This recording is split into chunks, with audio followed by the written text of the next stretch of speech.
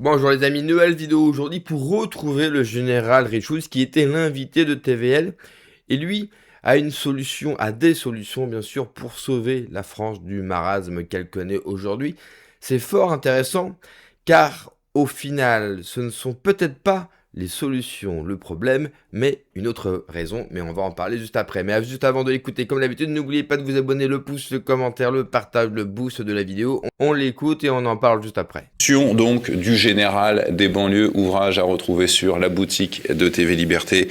Et cet ouvrage que vous commencez, mon général, en dénonçant l'état calamiteux des banlieues abandonnées par nos dirigeants à la violence, au trafic d'armes et de drogue. Et face à ces territoires perdus, vous préconisez une thérapie de choc pour éviter une partition du pays. Mais avant d'y venir, qu'est-ce qui vous fait croire qu'il y a encore une chance, qu'il n'est pas trop tard pour redresser la situation ?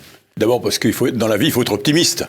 Je pense que mon pays, qui est ma patrie, pour laquelle j'ai voué 36 ans de ma vie et puis depuis encore, je pense il faut faire confiance à la population, il faut faire confiance à nos institutions.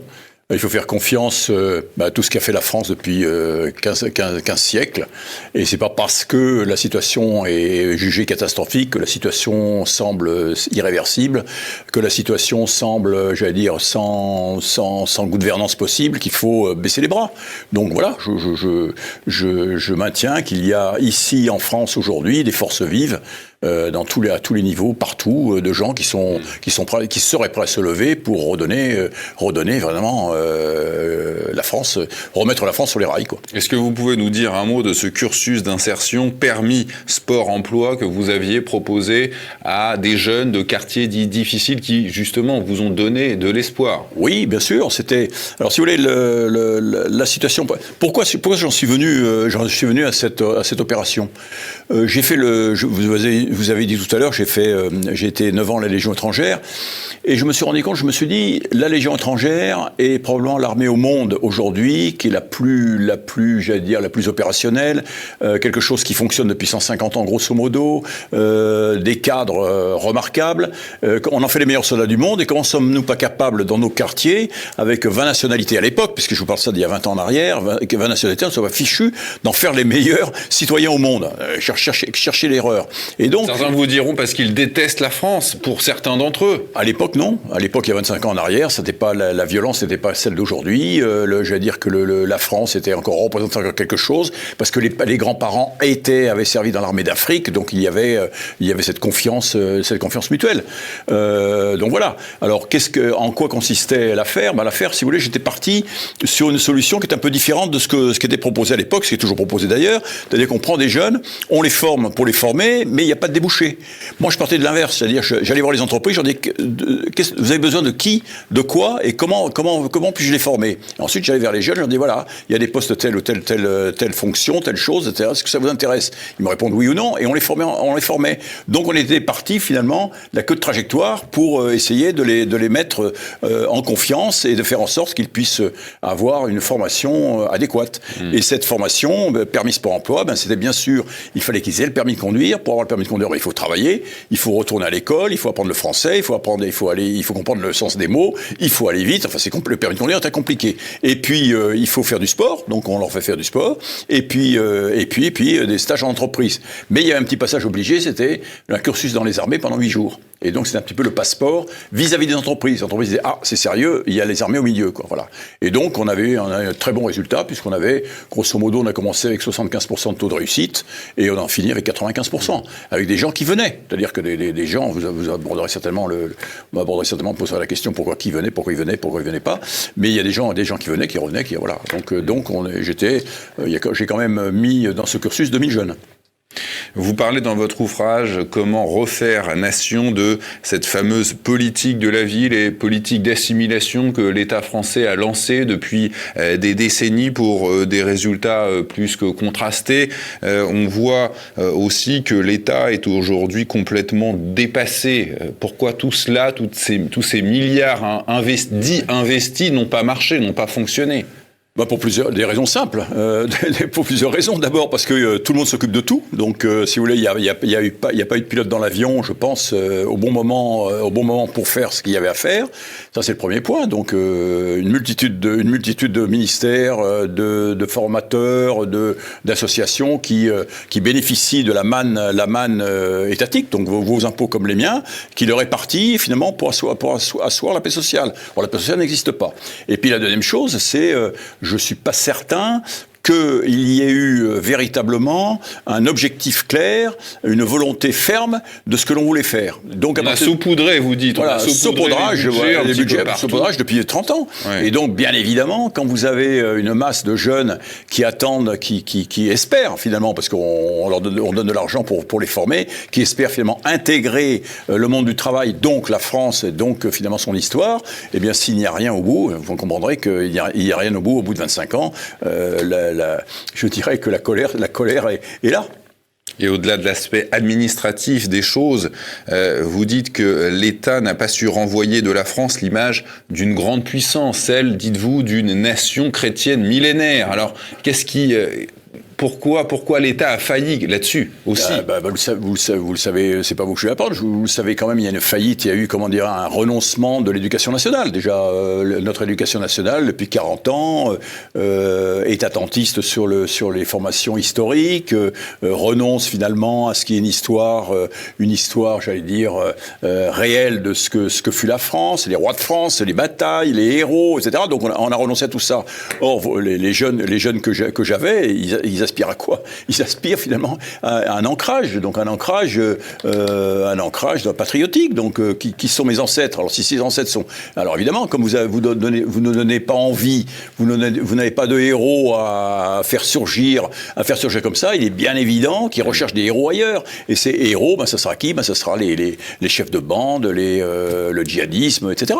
Donc, ce qu'ils ne trouvent pas, ce qu'on n'a pas réussi à trouver, à leur faire aimer, eh bien, ils vont le trouver ailleurs. C'est mai 68, c'est les dégâts de mai 68. C'est les dégâts. Je pense que ce sont les dégâts progressivement qui se sont faits. À partir du moment où vous n'avez plus de cours d'histoire, vous n'allez pas vous recueillir, vous n'allez pas, j'allais dire, pour les différentes manifestations du 14 juillet, 11 novembre, 18 juin, toutes les manifestations, j'allais dire, de recueillement comme de souvenirs, vous n'avez pas de jeunes qui y vont. Il est bien évident que tout ça disparaît. Vous prenez un changement majeur dans l'organisation de cette politique de la ville, repenser les fonctions, les responsabilités, les missions, mettre fin au maquis des financements, des budgets, des aides en tout genre. Comment est-ce qu'on peut établir un audit clair de tout ce marasme? Un audit clair, c'est à partir du moment... Qu'est-ce que j'ai voulu écrire dans ce livre? Dans ce livre, j'ai voulu montrer qu'un pays, comme le nôtre, mais tout pays, ne peut rien faire dans les années qui viennent sans sa jeunesse. Si la jeunesse que vous avez, une partie d'entre elles échappe à la vocation de la France, qui est l'assimilation, la formation, il est bien évident que vous ne pouvez pas vivre avec en permanence, à votre porte ou dans vos murs, des gens qui, pour une raison ou pour une autre, de toute bonne raison d'ailleurs, pensent à casser, à vociférer contre la France, à la haine de la France, etc.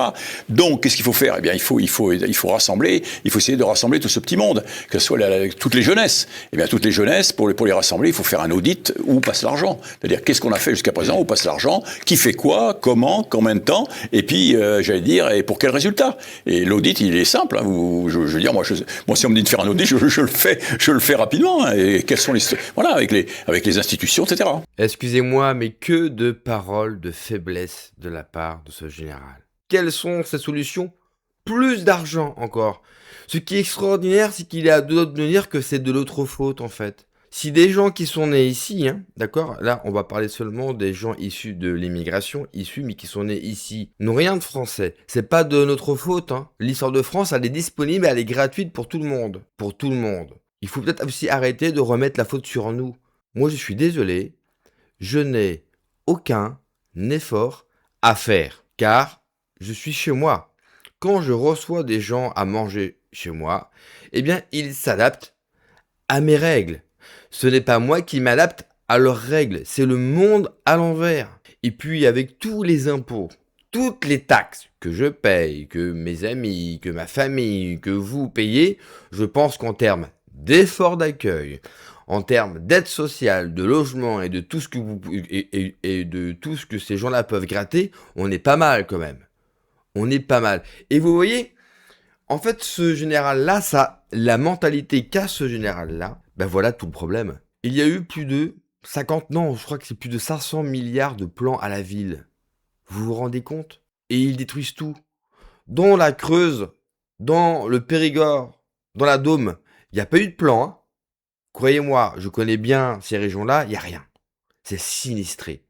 Il n'y a plus d'usines, plus de boulot, il n'y a pas de service public, il n'y a plus de médecins, il n'y a pas de bus, il n'y a pas d'école, il n'y a pas d'hôpitaux. Il faut faire 1 heure pour trouver un hôpital assez grand pour vous recevoir et vous allez en plus faire 7 heures à 8 heures de queue d'attente pour être soigné. Mais on n'en fait pas assez. Vous voyez, le problème français, c'est pas l'immigration. L'immigration est un problème? Bien sûr. Vous voyez, le problème, ce n'est pas l'Union européenne. L'Union européenne est un problème? Bien sûr. Macron, non plus. Bardella, non plus. Mélenchon, non plus. Le problème de la France, eh bien, c'est nous. Ce sont les Français eux-mêmes. Notre mentalité n'est plus adaptée au temps que nous vivons. Mais le souci, imaginons que vous appliquez des méthodes à la Milei en Argentine, ou alors à la Bukele au Salvador en France. Eh bien là, vous êtes sûr d'avoir au moins, au minimum, 80% du peuple français, qui soit de gauche ou de droite, contre vous. Parce qu'ils vont considérer que vous êtes trop durs, les pauvres. C'est vrai que quand on voit, par exemple, l'affaire, des viols ethniques au Royaume-Uni, c'est vrai qu'on est vraiment trop gentil. Parce qu'on a empêché des groupes de violer des jeunes filles blanches anglaises. La même chose en France, aux Pays-Bas, en Belgique.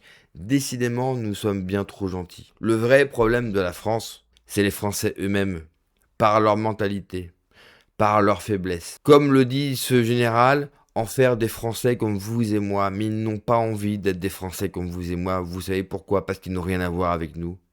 Quand il dit, bah oui, il faut refaire vivre cette vieille France chrétienne. Très bien, moi je suis évidemment pour. Le problème, c'est que ces jeunes gens-là ne sont pas chrétiens. Et ne le seront jamais. Et c'est pas grave d'ailleurs. C'est pas grave. Il faut donc alors les inviter à partir. Soit ils se mettent à la norme, soit il va falloir prendre des décisions.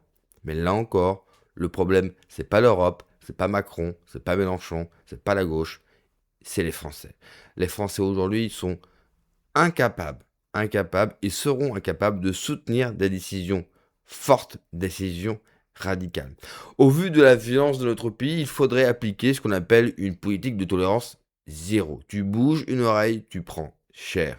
Là encore, le problème, ceux qui vous réclament de l'ordre seront les premiers à se plaindre. Donc au final, en France, on se retrouve dans un statu quo, où tout le monde se plaint, tout le monde voit bien qu'il y a un problème, tout le monde se renvoie la balle entre ceux de gauche et ceux de droite, mais on oublie que l'unique et le seul problème que connaît la France, malheureusement, c'est sa population. Merci d'avoir regardé la vidéo les amis, n'oubliez pas comme d'habitude de vous abonner, le pouce, le commentaire, le partage, le boost de la vidéo, prenez soin de vous, que Dieu vous protège, allez ciao.